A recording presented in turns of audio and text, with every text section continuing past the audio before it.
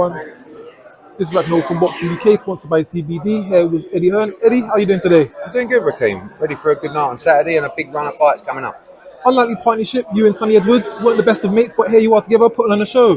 What have you got planned for Sonny down the line? Because of course the names of Band, Chocolate mentioned. Yeah, What's the plan? I just think you can make all those fights for him. I think he's really talented.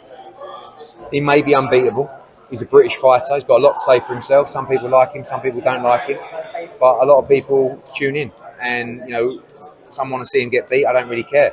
I just think he's an outstanding fighter and I'm looking forward to seeing him in all the big fights. But he's got to win and win well on Saturday. He wins Saturday night. How soon do we see him in the likes of the Bams, the Chops, the Stradas? Straight away.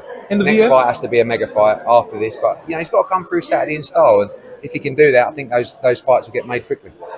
Just touch on to the other fights. Lastwards, Leigh Wood, impressive win, got his title back. Does this step up the fight with Josh Warrington, or could the mandatory from Klomatov be something to get in the way? The mandatory's been ordered, so that is next. But we do want to make Leigh Wood against Josh Warrington. So we're talking to Klomatov's team. Obviously, we've got Ray Ford as well. He's number 2. He's next in line. He's with us. So we'll see if a deal can get worked out. But I would like to make Leigh Wood against Josh Warrington next. Could potentially a step aside for Klomatov be put into place? Maybe. Or maybe we just get a date locked in for Ford against Klomatov and the title becomes vacant after that fight. So many ways to do it, but we'll see. Just gone up to the super featherweights. Shakan Foster publicly stated that he is a free agent, LAB free, and that there's no roadblocks for him fighting Joe Cordina in unification. Would that be something you're willing to entertain by the end of the year? Yeah, I mean, look, Foster's a great fighter, and so's Cordina. That's a top fight. They both want that fight. We'll see if it's a possibility. We are talking to his team, and we'll see where we get to. But yeah, we would like to make Cordina against Foster in a unification next. And of course, I saw you had a bit of a spat online with Oscar De La Hoya. Where did that all come from? That seemed out the blue. He's very insecure. So like, he slags me off for 2 years, and then I say one thing, which was how embarrassing was to be having a public spat with Ryan Garcia on Twitter, and he got the hump. And I think he thinks I'm trying to creep in on Ryan Garcia. I've never talked to Ryan Garcia about a deal in my life, and I'm not.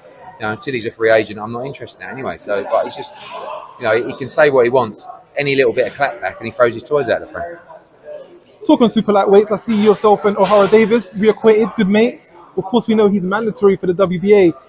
If Rowley does fight Ryan Garcia, the belt will come vacant. How would a fight with Catchwall and Ohara Davies on the zone? Good fight. You know, it could be for the interim world title. I think it's a fight that Sam Jones and Jack Catchwall would definitely consider. O'Hara's in a great position as well, but you know, he's got to push for that Brody Romero fight. But if he doesn't get it, then I think a fight against Catchwall is a real possibility. And lastly, AJ Whyte spoken about for the 12th. If that doesn't happen, would you be willing to take up Frank Warren's offer for Tyson Fury in that time instead? Yeah, possibly. I mean, Frank and Tyson look so desperate, I might be calling for 50-50. But that was a joke, but maybe not. But we'll see. I think our focus is to fight twice this year. But if we can't get, you know, we're definitely fighting August 12th. But if we can't get the Wilder fight locked in, we definitely look at Tyson Fury. And obviously, John Ryder put up a great performance. If Dimitri Bivol doesn't rematch Canelo, could we see Ryder versus Bivol at some point as a fight? Yeah, maybe. I mean, obviously, John would like to fight at 168, but looking for the big fights and could be an option. Very much time, Ed. Cheers, Ricky. Thanks.